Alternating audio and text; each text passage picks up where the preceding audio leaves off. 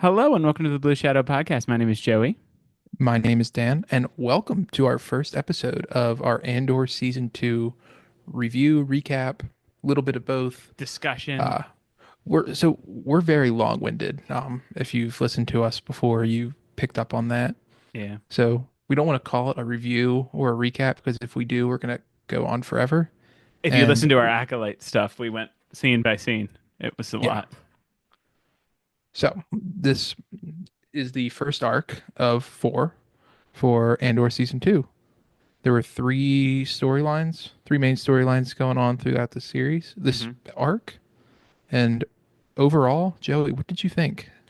Because just to remind everybody, you were not a huge fan of Andor season one. Um, you were, it wasn't your favorite show, affectionately called Andor. you gotta throw Anvor on the It's air cle- every time. it it's clever. It was really clever. I listen. As Dan is alluding to, Andor was not my favorite show.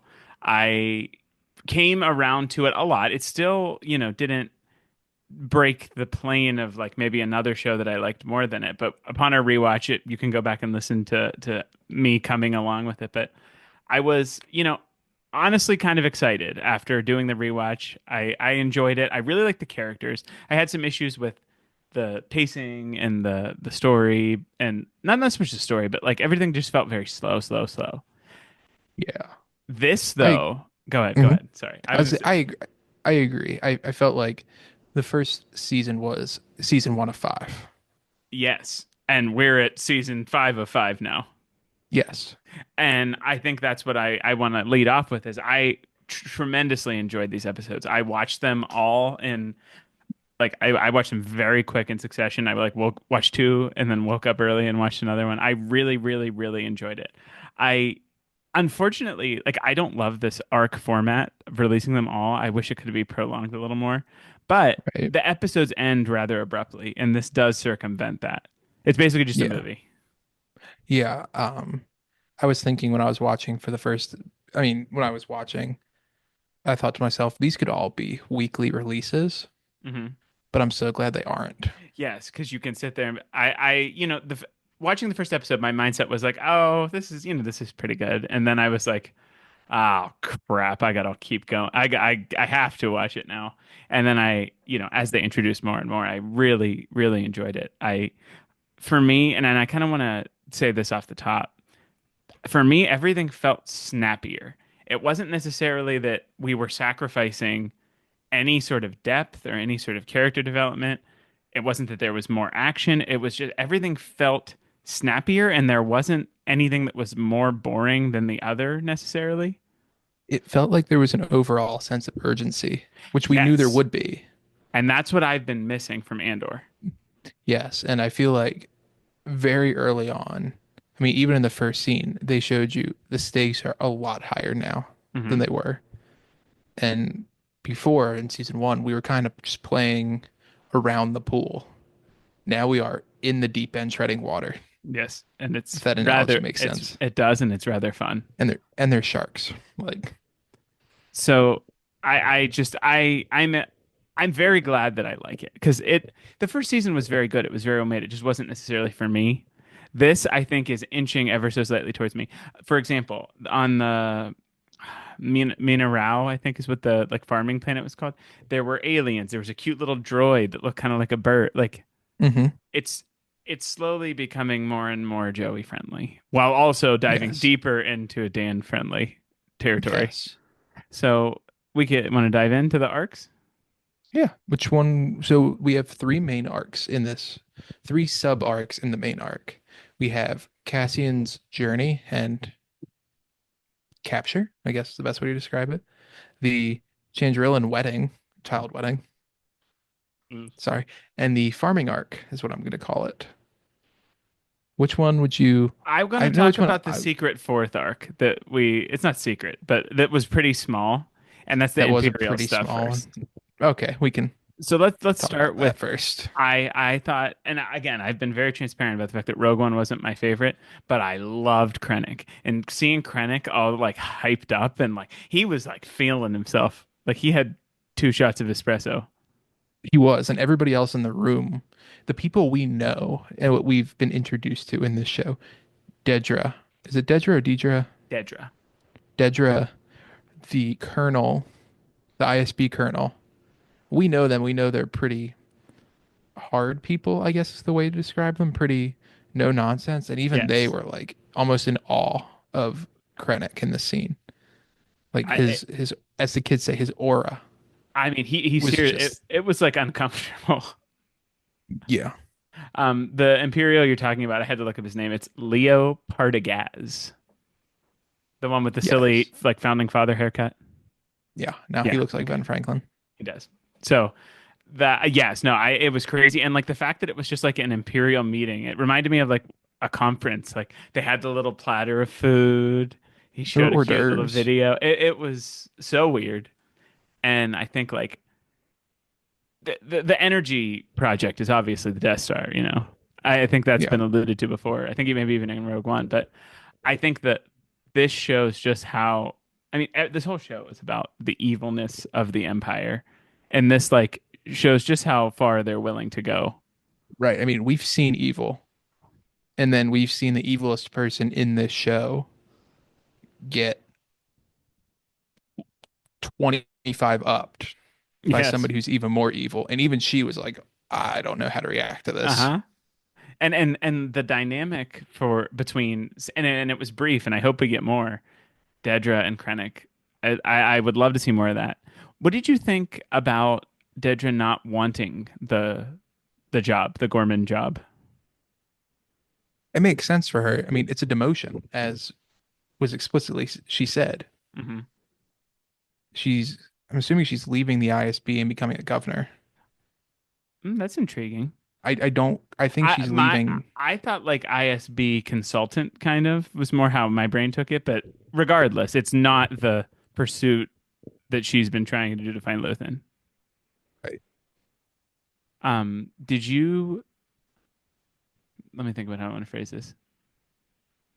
Did you like that she was resistant? And do you think, I guess the real question I want to ask is, do you think that she is morally opposed to this?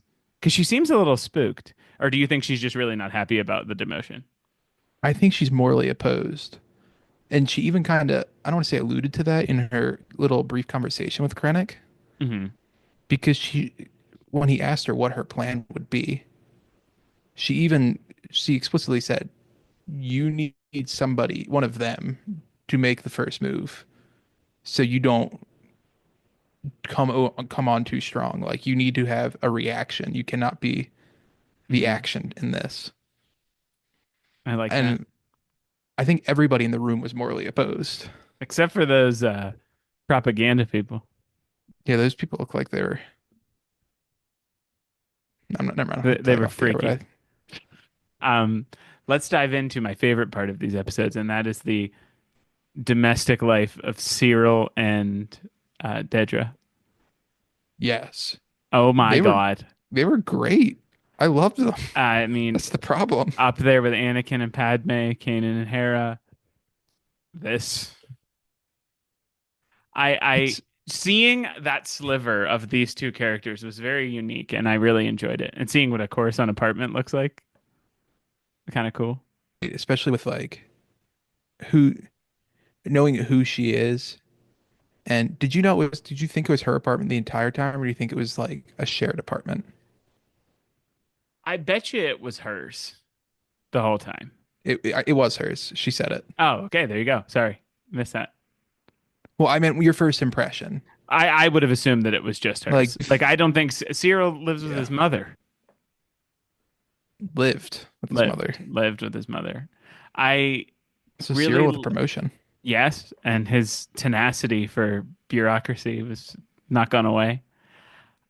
I again, it's weird, but I kind of love it. Like they're good for each other, which I, might be I bad for the I galaxy, texted but I texted you and I'm like, I'm kind of smiling when I like when they're on screen playing house. uh-huh. And I we can kind of go into now. They build you up to this. They're cooking, and it's like they're getting dressed. Who are they having over? You could kind of infer, but then they open the door, and from the get-go, Edie's mean. And Yeah. seeing that dynamic was so great. And I think it's really interesting that Edie portrays herself as having this like giant sense of power and she's in control, but she doesn't really, and like Coruscant's the best. She's high class, but she doesn't even know how to like eat her food properly. Right. And I was also, do you think Cyril told Edie what Dedra's job is? I bet you they said, I bet you he knows she works for the Empire. I bet you she doesn't know the how far in she is. Right. It's almost like your CIA agent family member. Yeah, Like you it's can't like, say they're a CIA agent. uh-huh. She works for the Empire. I thought that learning that Dedra was raised in an Imperial camp was kind of crazy. So much sense. Uh-huh. And Almost, learning that, go ahead, go ahead.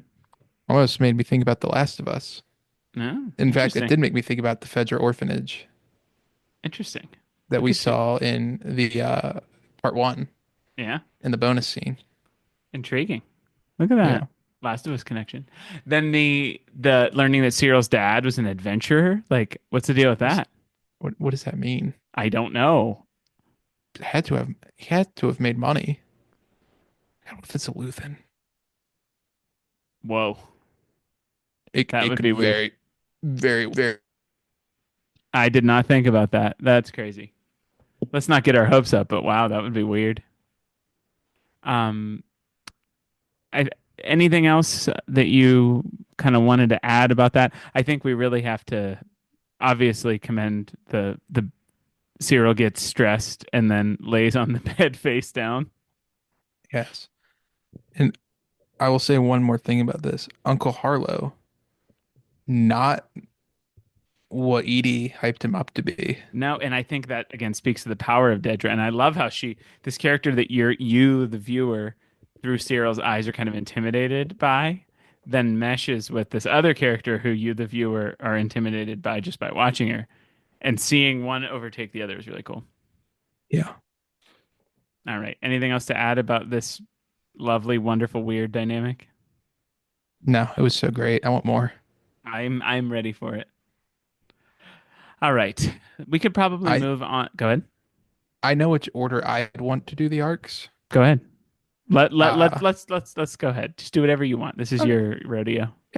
So the first arc I want to talk about are this was one of your complaints about season one, I know Cassian, the it. side character, Yep. and season two starts off the same way Oh, it doesn't with start higher off that stakes. way. It doesn't start off that way. He was doing a cool mission, then he lands, and then it's like, oh, we're doing this again.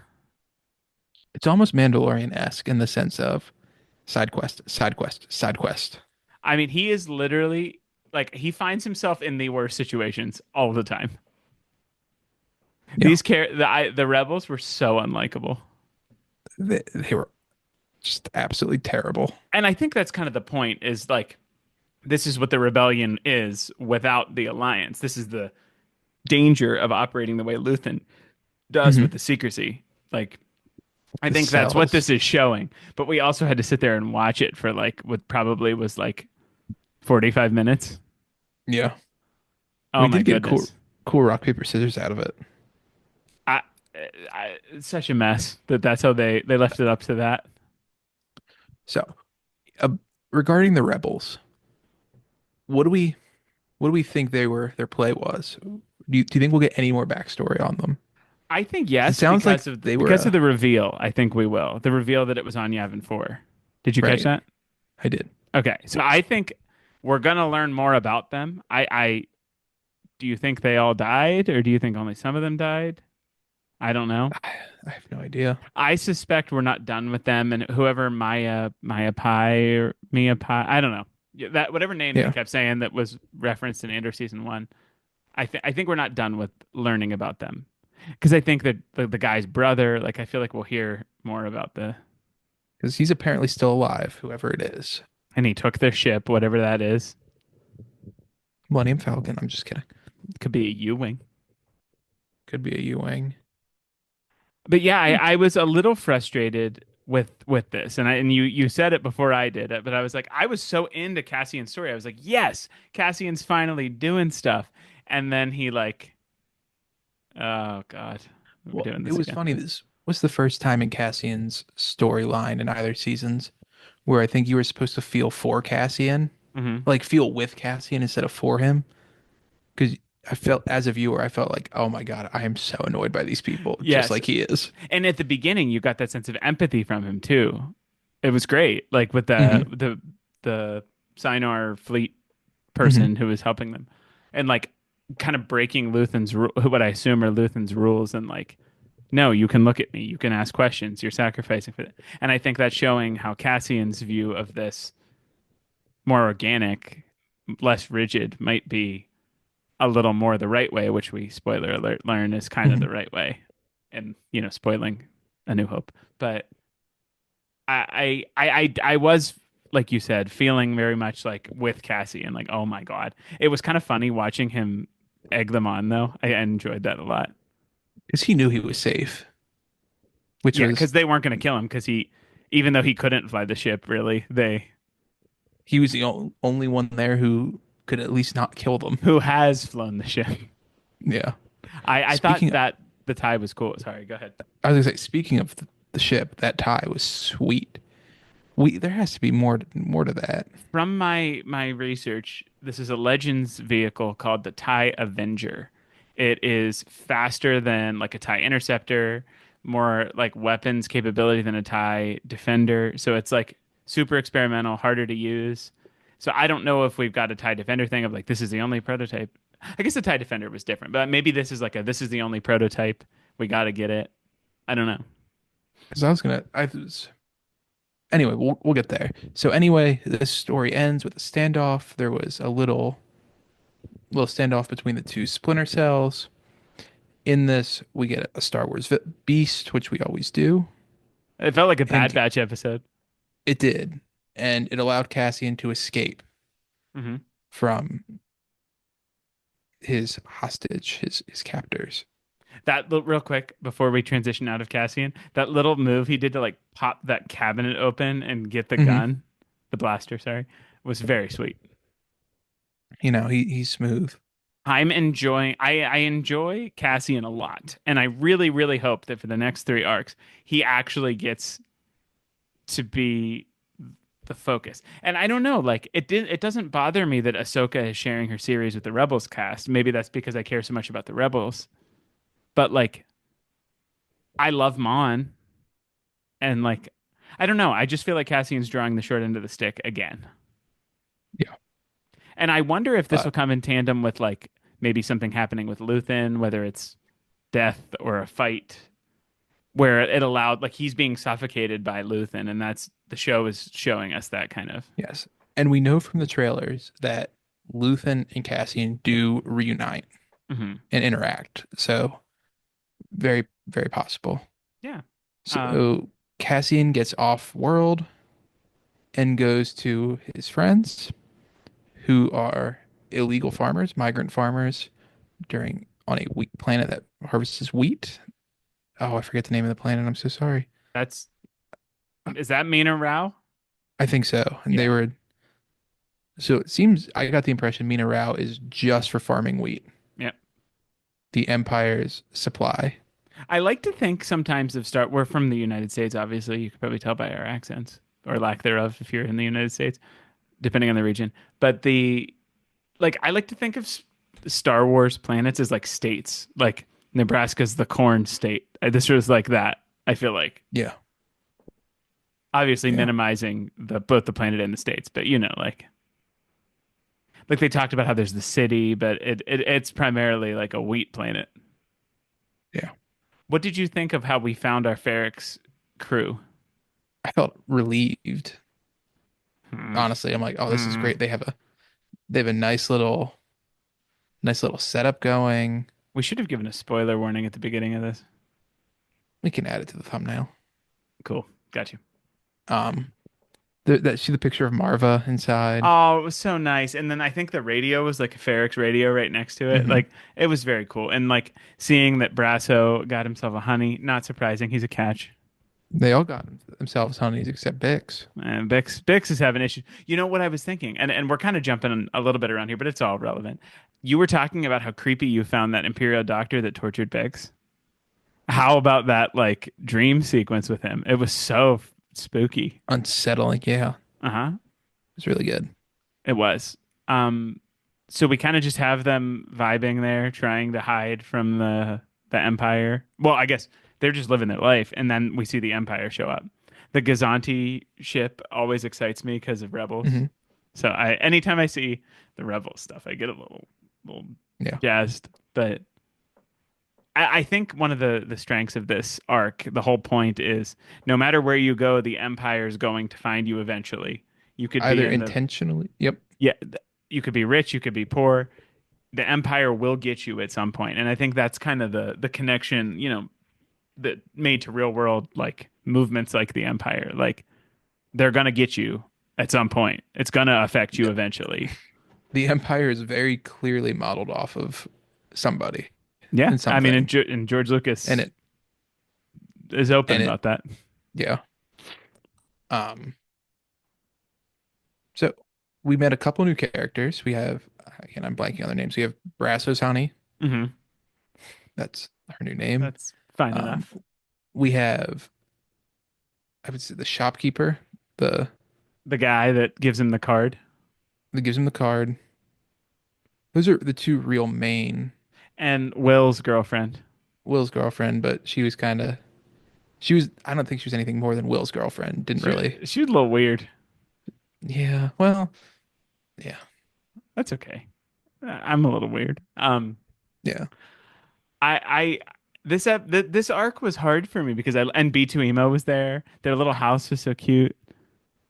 It I just this arc was hard for me because these characters you care so much about them and they're still suffering. And I Hmm. think that's the trauma, that's the point. And seeing the Empire just like their wound, if it was scarred over, ripped it right open. Completely unintentional too. Uh-huh. Just stumbled upon it. Yep. And So, oh, go go ahead, ahead. go. No, go No, ahead. I was gonna move on. I was just gonna say that like you know what? I'll save it for towards the end. It's a question I have Okay. for you. So we see their daily lives. They're blending in as migrant farmers. Bix is a mechanic. The Empire shows up to do an audit. During this, we find out that they jam all communications with the outside world. They can't get in touch with Cassian. Cassian can't get in touch with them. They cannot get in touch with Luthen Or Clea, or everyone's Clea, favorite. everybody's favorite Clea. Um, they were trying to avoid the Empire. They had a nice plan to move behind them, Hmm. like go to 800 sector, then double back, and then kind of just follow them around. Yeah. But that doesn't happen. They roll up to the shopkeeper's shop. The creepy lieutenant is very creepy and does some horrific things to Bix. It's only Not, creepy first, then it gets then it yes, gets yes, horrific. yeah, creepy things. And so then we see them at this nice little like lunch feast. I'd say lunch, Community lunch. community lunch, and we find out that the Empire is in fact coming to the 500 sector. And they're spot checking, so like there's no way Yep. to know whether they would or wouldn't get caught. Yep, because they do not have papers. Hmm. And that was a big theme of are they checking papers? Really depends. It's one of those things where I feel like they didn't necessarily care. It was more of just if they found it, great. If not, darn. That's because the Empire needs the wheat to be Yeah. produced. That so it's like double-edged sword kind of. Um, the I guess we can now kind of move into the latter part where everything The kind of meat, starts to fall the apart. the meat of the arc. Yeah. So we see the creepy, like the empires are arriving. They don't get a chance to actually execute their plan. The creepy Imperial comes and tries to sexually assault Bix. People are all up in arms about this being in Star Wars. What do you think, Dan? I think it's very much so in line with what we saw in Andor season 1 and what happened in the real life counterpart. I think that is the most reasonable answer you could come up with. And I think you were supposed to feel uncomfortable. Hmm. And the reason it was so uncomfortable is because everybody watching could imagine it absolutely happening like that. Yep. It was the fiction stopped for a little bit. Hmm. And that this is if this is going to happen in this if this is going to happen in Star Wars, this is the show for it. Like to Yeah, truly show just like it's so reasonable to think that this would happen within the Empire. right. And Like it seemed the it, way he was acting made it seem like this was not his first time doing it either. oh, without a doubt. And so we see Bix kind of defend herself, which is nice. And then, she ultimately ends up killing him, which is awesome. It was a pretty nifty fight, even though she gets roughed up. We then also cut to Brasso, who's with these stormtroopers. And this is the question I was going to ask you when I kind of was waffling about whether I was going to say it or not. Brasso basically says, "You sold me out to the shopkeeper guy." You suck. Do you think that why?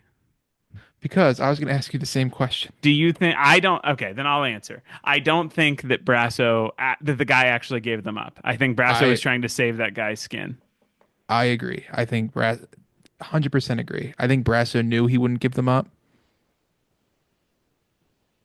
That was a really good question, Joey. Yeah, great question to you, Dan. I this is I guess we're kind of now in step with Cassian coming back in the TIE Avenger and starting to take some stormtroopers out. But this is where we get to my least favorite part of the whole thing, and that's when Brasso dies.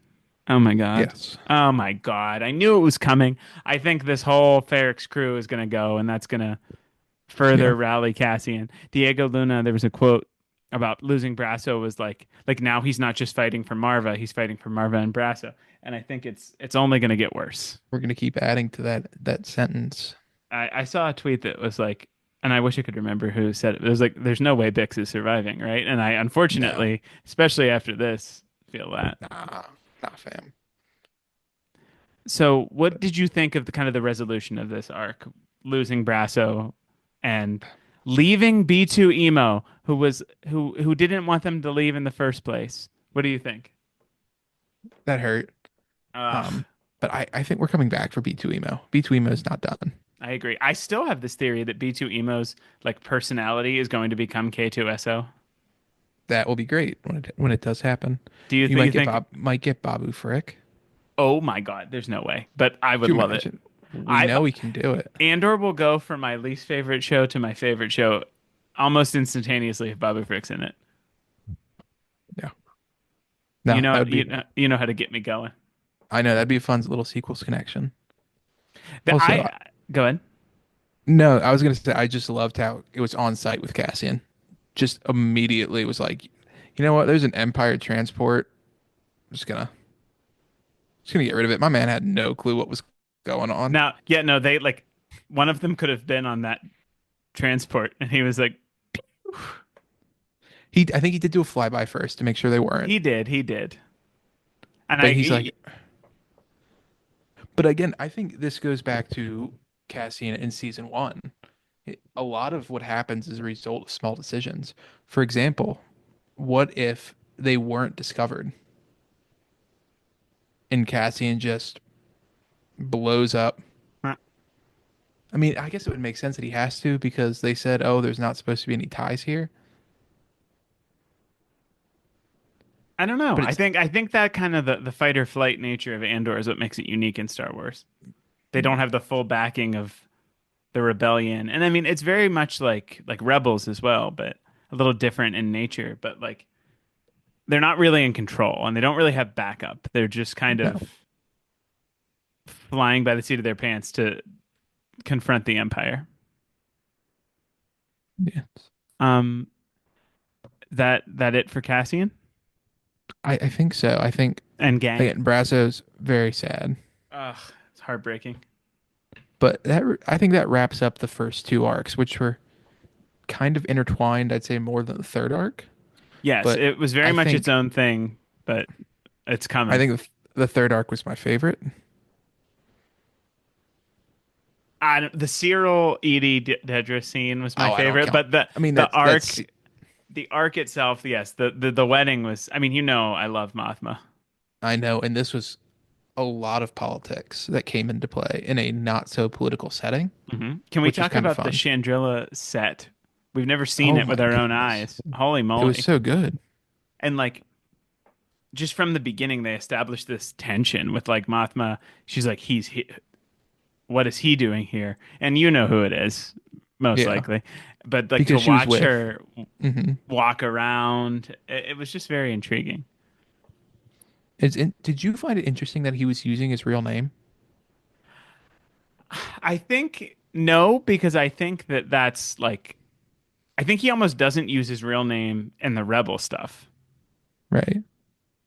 And if they do, they kind of know who he is. I think he is Luthen Rail. Like that's the shop. Like it's Luthen's Yeah. shop. So in that sense, no. I think it's interesting how he was there because of what's the What guy's starts name? with a D, like Demick or. Uh, Well, you're looking that up. So Luthen shows up in this sprawling, beautiful palace, pretty much. Skolden. That's the last name. Skolden is Sc- the guy that got Leda's husband's dad. Father-in-law. Yeah. Yeah. Anyway, What did you think of the parent interactions in this arc? you know, it kind of makes you like him a little more, like the joy speech. But I also think like it kind of goes into his complacency with like the Empire and like Yeah, rubbing elbows with the Emperor's Council. So like it's like he wasn't as immediately dislikable, but if you look deeper, he kind of was. he had me going until he dropped a line um about Mon's friend, who we know is splitting from his wife, Oh, I'm ready to talk about Tay. Tay, and Perrin goes, I thought you of all people would know. And he called her, or he He called called her, Tay her boyfriend. yeah, well, yeah, did he say boyfriend or lover? I thought he said boyfriend, Because he said that in season one, because he is her ex-boyfriend. but I thought he meant I like I this is think your he lover. that was a double meaning. Yeah, no, yeah. Um, I Tay, oof. let's come back to Tay at the end. I want to kind of talk about the wedding. We don't have to spend too Oh, much time on it, but I it's thought pretty. the pageantry was so cool. Oh my God, it was great. And The I love how. Oh, go ahead. the song, the dancing, like all of it was just so well staged and everything. And like, Yes. yeah, go ahead. What you were gonna say? And I loved how Mon was like, "You don't have to do this." This was the My next thing I mother wanted to bring was up. drunk, and I wish she would have said this to me. And Leda goes, "I wish you were drunk." I hated that. It was terrible. And like Yeah. I don't I mean, empathize, but like I get why she would say that because she's been all into this. and Leda's like 14. Like, she's a child. But I thought it was so funny how Mon immediately go because she was gonna go, and Mon immediately goes, "Nope, I go first." We're gonna do it right if you're doing it. I Yep. thought that it was intrigue. Like they almost made Mon say it in like the wrong way, if you know what I mean. Like she could have said, "If I support you if you want to do this, but if you don't, that's okay too." Like she Yeah. jumped to the no, you don't have to do this, and I think that Right. like I think this arc shows a lot of the humanity of Mon Mothma, who's kind of deified typically. Right. And it's almost like she seems a little out of touch with Leda, just Which ever she so has slightly. even at the in the first season, like you could tell she cares, but it's just not translating how us And or Mon would hope, and she spends more time with Perrin because I don't I'm assuming Perrin doesn't work. I would say. They got that And generational wealth we could see that little duality of Leda and her parents of she likes Perrin better. very And openly. yeah. And I'm sure she had a little bit of a point when she says, "You're never home to do any of this stuff with me. Like, what do you expect?" Hmm. It's unfortunate, and I think now we can kind of start diving into the rebellion side of it with Tay kind of indicating he's divorced from his wife, he's drinking, he's um kind of having money issues because of rebel activity. And like at hmm first he was like, your politics. or my politics might be a little strong for you. And now he's like backtracking. And I think what kind of sends them over the edge is him admiring Skulden and who's talking to Imperial officers who are at the wedding, which is crazy. And just seeing that and then diving into the Luthen scene where basically Luthen's like, we got to kill this guy. Yeah. Luthen's like, we'll get the number from him. I thought that was such a well done scene. Like I always love when they're talking in code. Hmm. This was honestly a little more coded than usual, I think, because of the importance of it. Yeah. But it was so well done, and I guess this kind of leads us into him being taken into the car where we learn that Cinta is his driver. Vel played a very minor role. She was there, but clearly things aren't doing too well between Vel and Cinta at Luthen's like They orchestration. haven't, I don't think they've seen each other since Aldani. Ferrex. Ferrex, that's They right. left Ferrex together, but that doesn't mean you're right that they've seen each other. Yeah, no, I don't think they, because she kind of said, oh, she's doing her own thing with Luthen. And I could see it causing strain in their relationship because God, what's her name? Cinta and Vel. Cinta said a bunch of times, we take whatever's left. Rebellion for like I could see that getting a Yeah. little old. Yeah.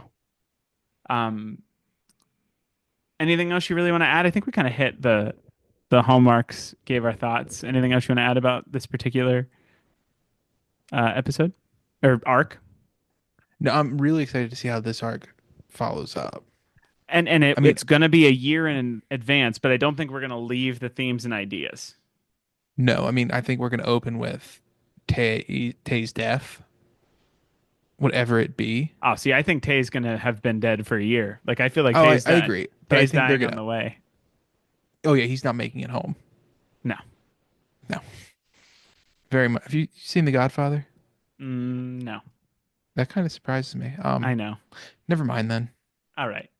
But yeah, no, I don't think we can see it, or maybe we'd see have it alluded to, or see a flashback. But I think the next arc is then going to take place 3 years before the Battle of Yavin, the way that they've Yes, described it. because this, I think each arc is what, a year. Yeah, this is four, and this did it. Thanks.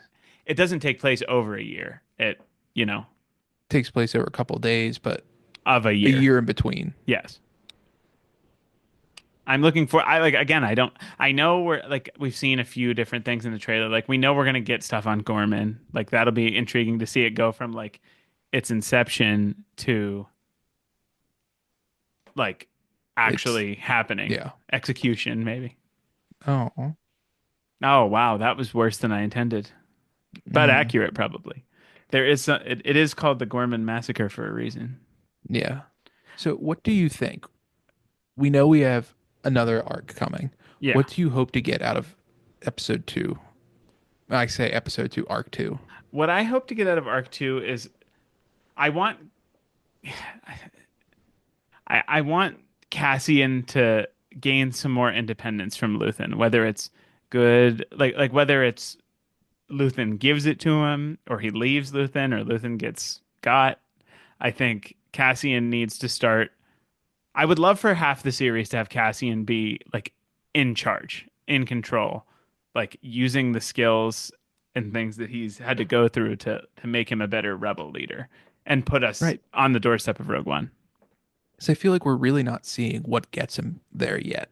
No. And I We just feel we like we're see the treading water with yeah, and Cassian. we see the flashes of what he can do and his ideals and his principles, but we he kind of just exists after that.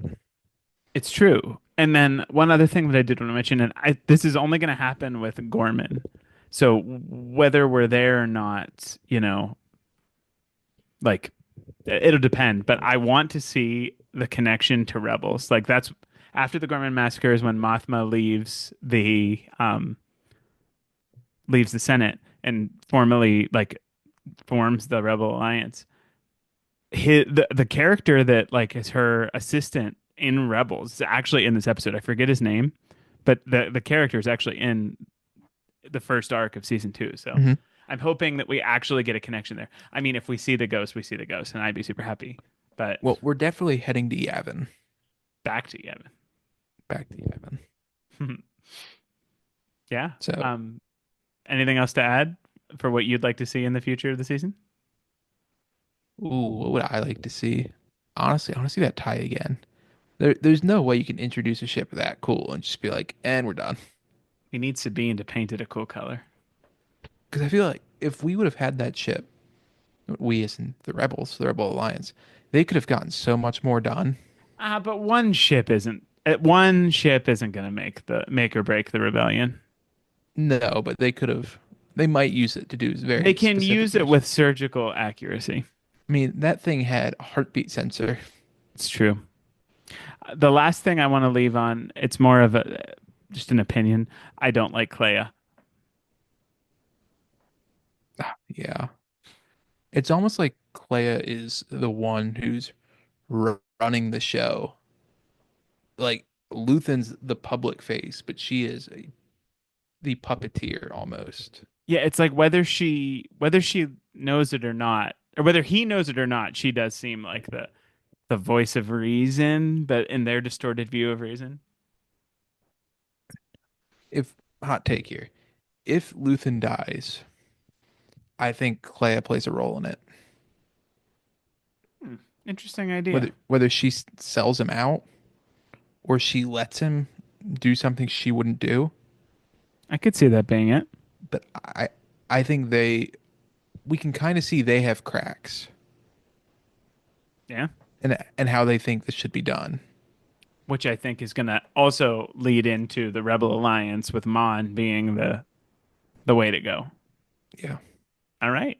Anything else to add? No, I think that wraps up our season Andor season 2 arc 1 and half arc 1 sub 4 arc Yeah. episode discussion.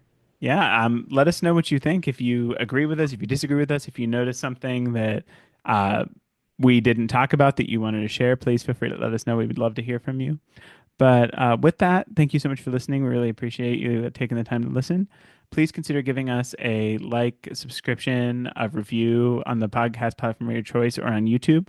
Please consider giving us a follow on Twitter, X at Blue Shadow Pod, or on Instagram at Blue Shadow Podcast. And with that, we thank you so much again, and we'll see you next time. See you next time. Thank you.